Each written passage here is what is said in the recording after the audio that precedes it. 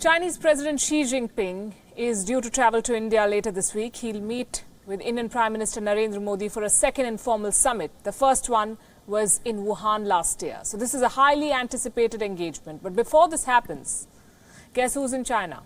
Imran Khan. This is his third visit to the country in less than 1 year.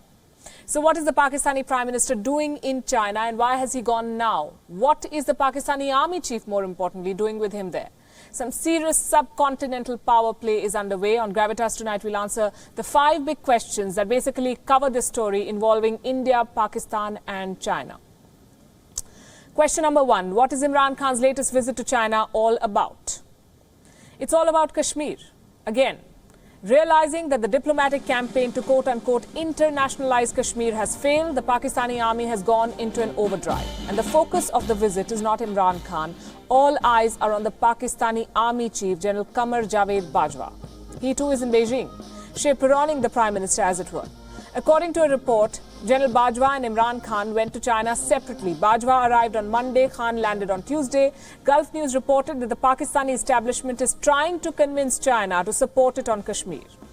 So what happened with that bid? China has shifted its stand on Kashmir, much to Pakistan's dismay. Beijing has called it a bilateral issue. A statement from China's foreign ministry said that Kashmir should be resolved through dialogue and consultation between India and Pakistan. China has dropped references about the United Nations Charter and the United Nations Security Council resolutions. Remember, in the past few weeks, Beijing had taken a very tough stand against Delhi. It had even led a diplomatic initiative at the UN Security Council on behalf of Pakistan. It even called for a UN intervention on Kashmir. None of that now. China is washing its hands off the matter. Bilateral issue it is. And this brings us to the second question. Who is leading this Pakistani delegation?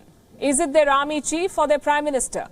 And the answer to that question lies in these pictures. Look at them carefully and let me explain the sequence.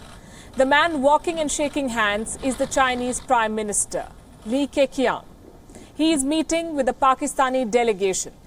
After greeting Imran Khan, he moves ahead to meet the rest of the team. And now watch carefully. General Bajwa is gesturing the Pakistani Prime Minister to introduce members of the delegation. In a way, the General is telling the Prime Minister to do his job. And this video is a metaphor. The Pakistani Army Chief is calling the shots. The Pakistani Army runs the state of Pakistan. And after the debacle at the United Nations, the Pakistani Army is taking matters in its own hands. They couldn't entrust Imran Khan with this China visit. General Bajwa came first, as we said. He held a series of high-level meetings in China. He's met China's top military commanders. He's also attending Imran Khan's meetings with President Xi and the Chinese Premier. Clearly, the Pakistani army is taking matters in its own hands and more openly now. So question number 3. What does the timing of this visit signify? Why now? This is just days ahead of the Chinese president's visit to India. Is Pakistan then trying to send a message to India?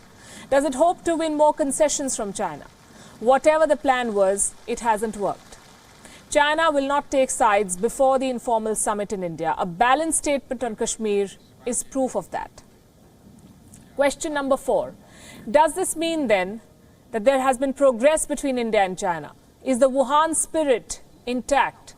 The Wuhan summit of 2018, April last year, was not just a reset. It was a good step towards redefining the India-China relationship.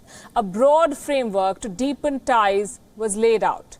But the progress has been slow after that. Major issues like the boundary dispute are yet to be resolved.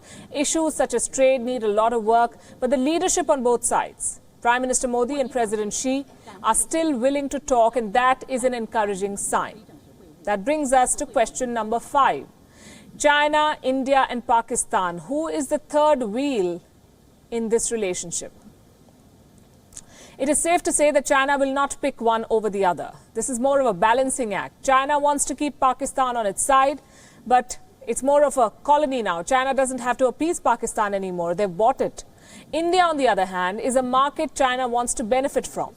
India is also a strategic player China cannot ignore. The recent meeting of Quad members was a clear message to Beijing. A strong India-China partnership can be a force to reckon with in a new world order.